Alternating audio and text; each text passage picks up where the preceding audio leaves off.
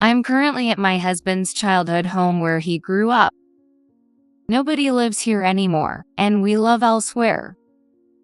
The house is run down, and it's obvious no one has lived here for decades. It's straight out of a ghost story. I step onto the property with a purpose in mind. After searching thoroughly for over an hour, one area looks oddly out of place. A part of the garden is inexplicably paved with concrete. There's nothing else that seems unusual. I approach it, holding my breath. Could it be here? After getting someone to break the concrete, I swing the shovel I had prepared. The ground hasn't been used for years. The soil is compacted and extremely hard.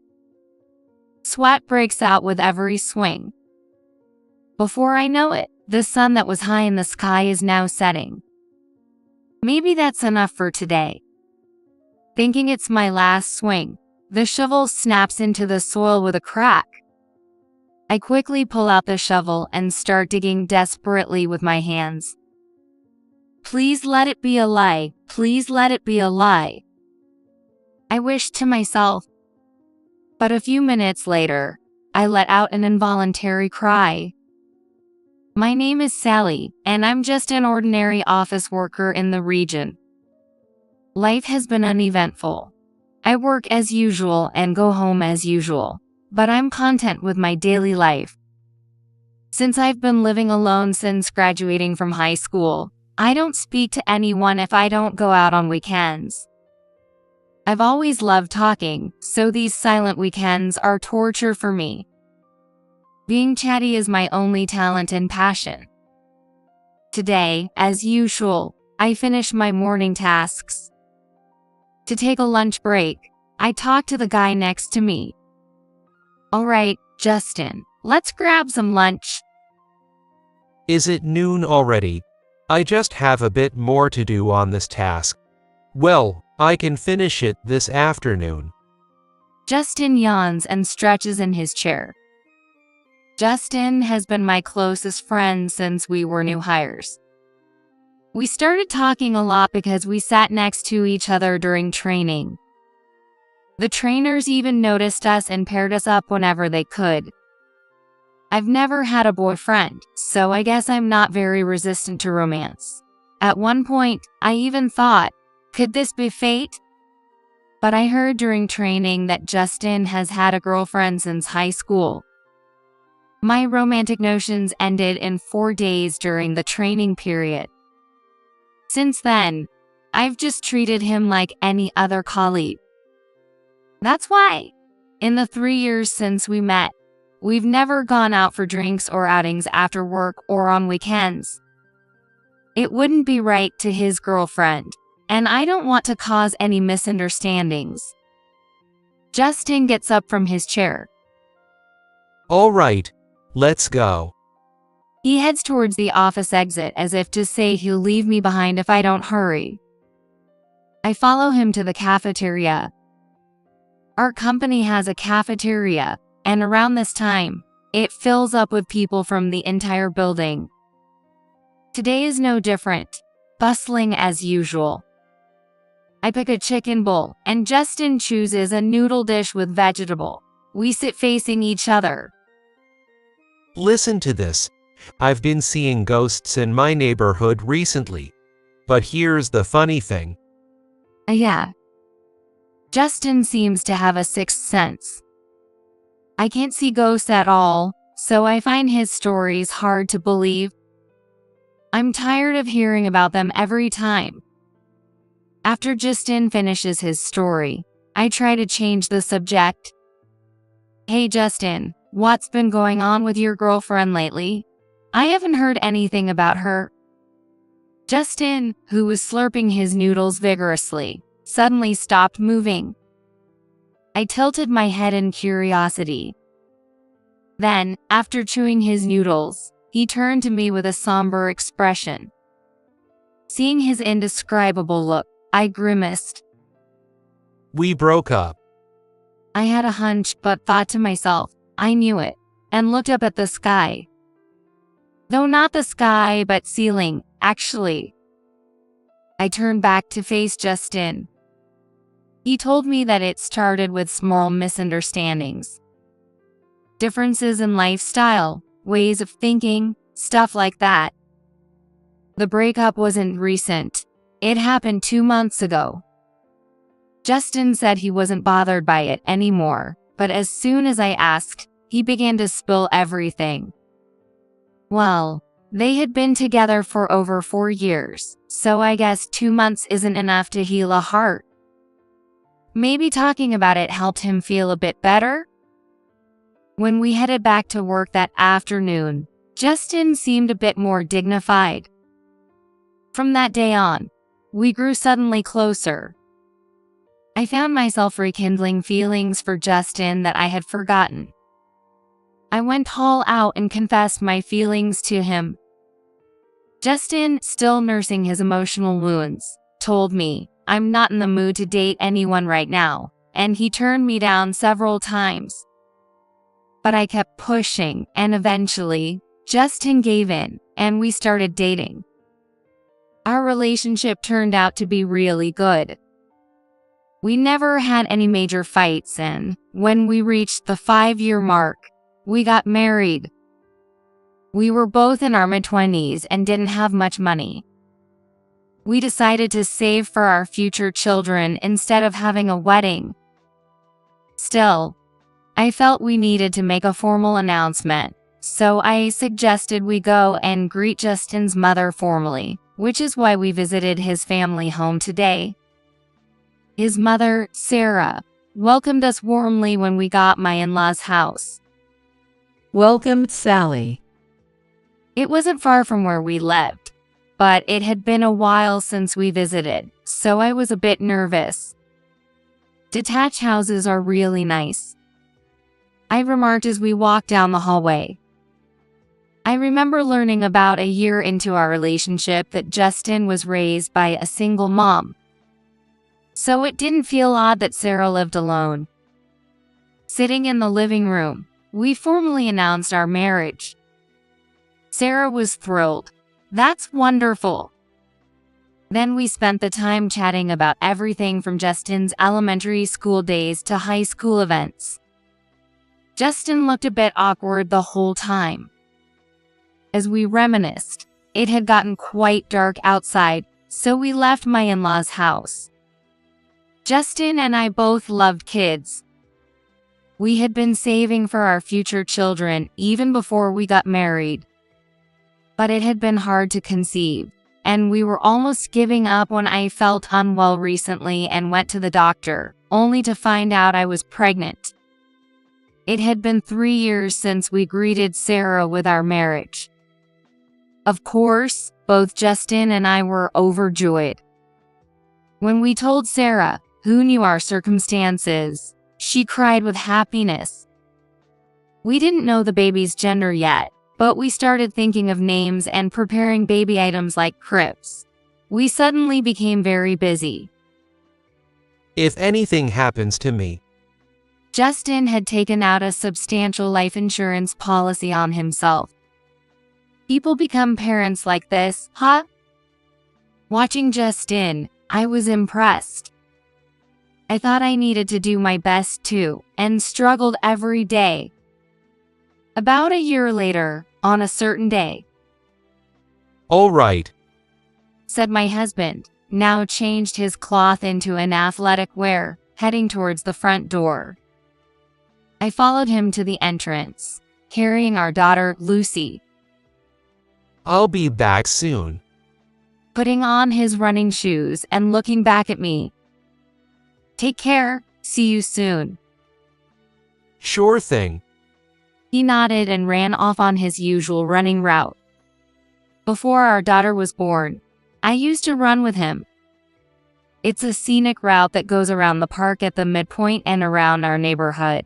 A route that even I, as a woman, could easily complete in an hour and a half.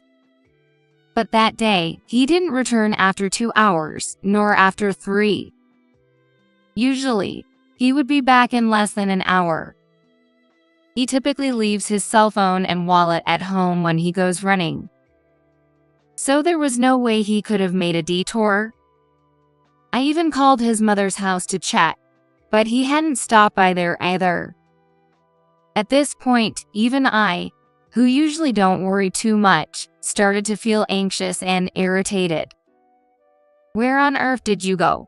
Come back soon." While soothing Lucy, all I could do was wait. "Justin, when you get back, you're in for a lecture," I muttered with a slight laugh, trying to dispel my own anxiety. Glancing at the clock, it was now 9 p.m. The sun had long set, and darkness filled the view outside the window. Dinner, which had been laid out on the table, had gone completely cold. Regaining a bit of composure from seeing the time, I hurried to the police station with Lucy still in my arms to file a missing person report. I called his mother's house a second time just in case, but he hadn't returned there. My voice sounded tired.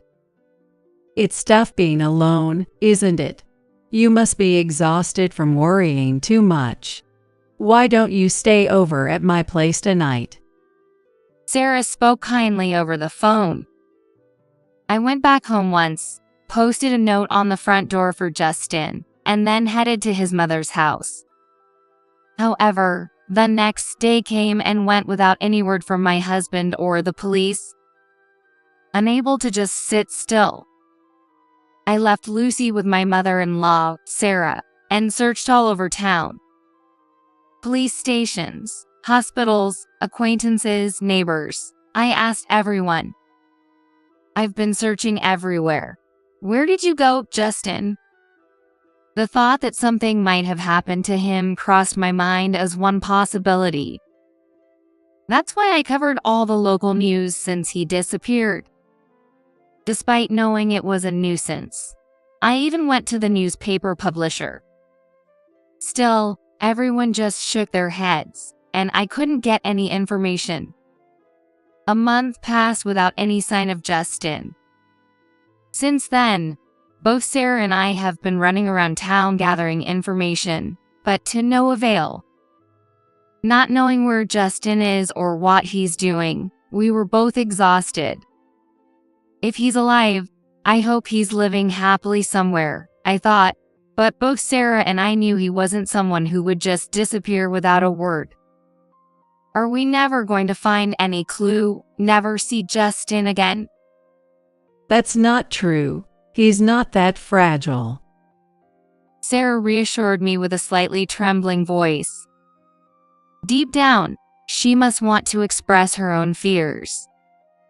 Seeing how strong Sarah was trying to be, I felt truly sorry.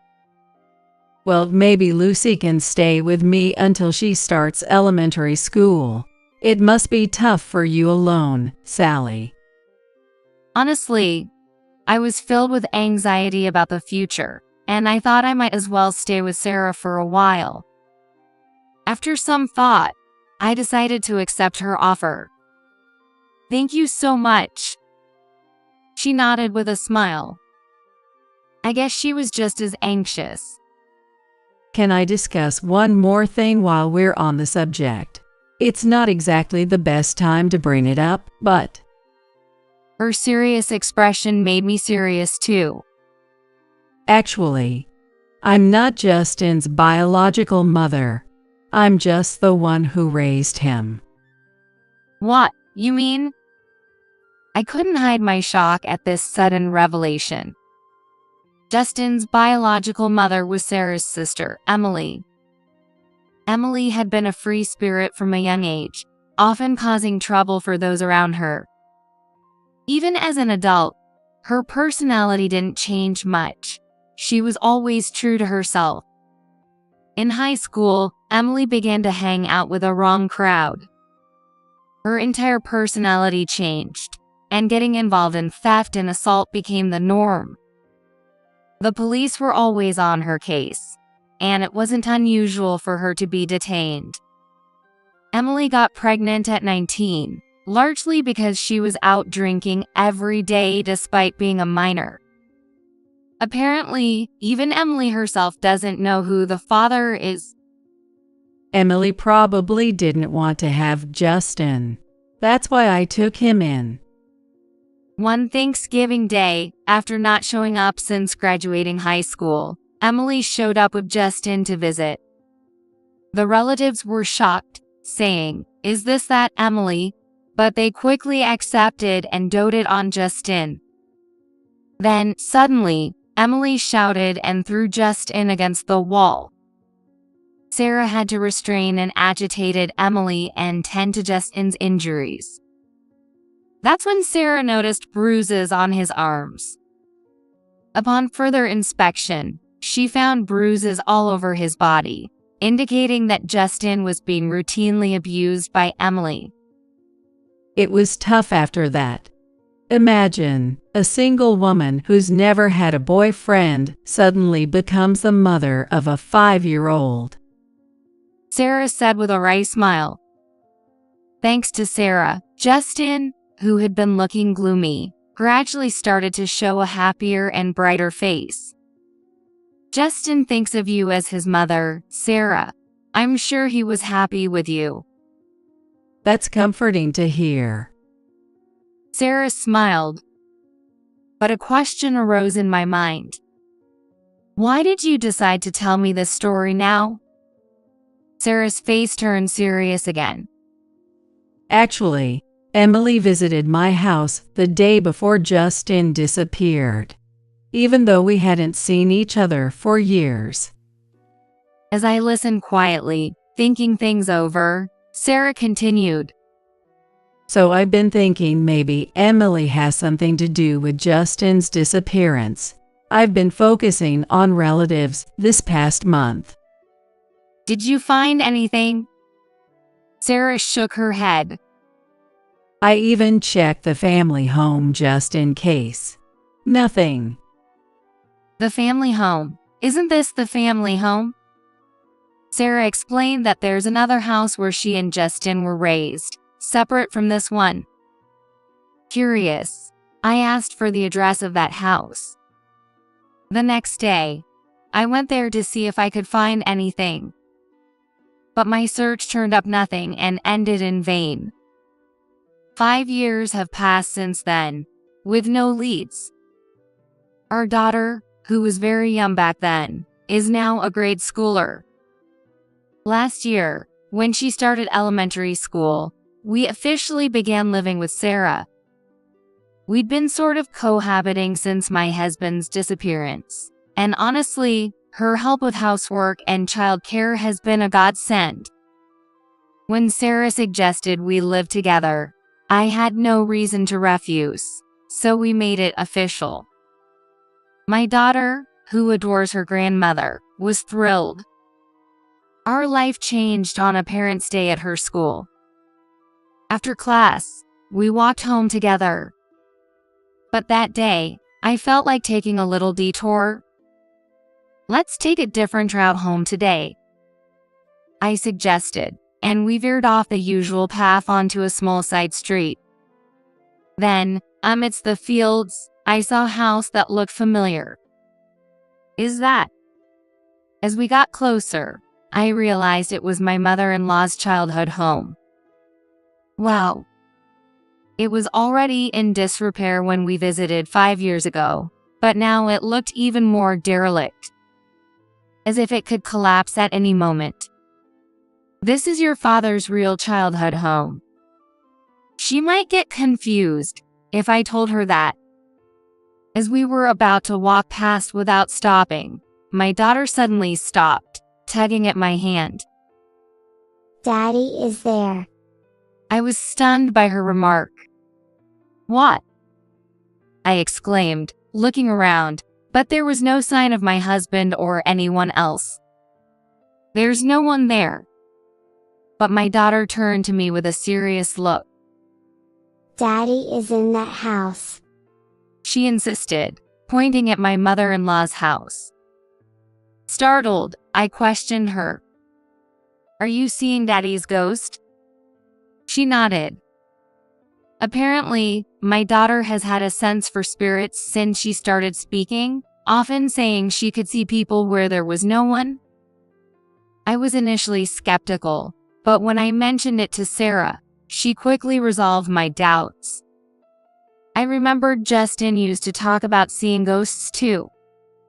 It seems that, like my daughter, Justin had a unique sensitivity from a young age. I remembered thinking that she truly inherited her father's psychic ability. Like father, like daughter. I hurried home and shared the incident with Sarah, who was visibly shocked. Fortunately, the house is now in her name, having been passed down as part of an inheritance when her father died. I immediately drove there, determined to investigate. While searching around my mother-in-law's childhood home, I found a patch that was paved with concrete. The rest is just dirt. This concrete wasn't there 5 years ago. With no other changes noticeable, I intuitively felt something might be beneath and called Sarah to explain. She had someone she knew break up the concrete with a jackhammer and then leave. Confused by the situation, her acquaintance shrugged as he left. I removed the broken concrete and dug into the earth beneath. How many hours had passed, I wasn't sure, but as the day turned to dusk, I continued digging. "This isn't it, is it?" I muttered to myself as I swung the shovel. A small crack sounded from the tip of the shovel. I hastily pulled it out and started digging by hand, uncovering more and more white objects. I dug frantically, forgetting myself. Of course, I was scared. I deeply hoped it was all a lie. However, when I sighed, I couldn't help but be certain. Sarah came running to me as soon as she and the police arrived. Sally. I had called her right after contacting the police, who had already cordoned off the area with tape. Justin was here, I managed to say with a trembling voice. Sarah gently spoke to me while rubbing my back. But it's not confirmed it was Justin yet. No, those bones are definitely Justin's. I found a wedding ring with our names engraved inside. Sarah covered her mouth instantly and started to cry. I couldn't hold back my tears hearing her sobs. The police immediately began their investigation. That day stretched into a long interrogation, and we weren't released until the next morning. I woke up my daughter, who had been sleeping in the police station's break room, and we went home. Within a week, the police had mostly figured out who the culprit was. Apparently, they found hairs not belonging to my husband with the excavated remains. Forensic analysis traced them back to a woman named Emily. For the first time in my life, I truly hated someone. Dark emotions swirled inside me. But the shocks from the police kept coming. Emily, the suspect, had been in a traffic accident at around the time I discovered Justin. She had been in critical condition for about a week, but had passed away just yesterday. Sarah shook her head. She hadn't been contacted because Emily had no identification on her. The case made national news. Then, more information came flooding in from around the country, leading to the arrest of a man Emily had been dating at the time. The news portrayed him as the direct murderer of my husband. He reportedly confessed to having been coerced into it by an acquaintance. Watching the news, I slammed the table in anger. Calm down, please. Sarah said, likely finding it hard to say anything more forceful. Of course, we had been informed by the police beforehand. Mommy? I heard a loud noise. What happened? It was already 11 p.m. Feeling guilty for waking my daughter, I regained my composure. I woke you up, sorry. Mommy just dropped my phone. Oh yeah, I still have her. I hugged my daughter tightly and let the tears flow. I'll protect her for both myself and Justin. I'll live with all my heart and soul. It's okay. Justin is in my heart. I hope he continues to watch over us from close by. With the three of us, we can surely overcome anything.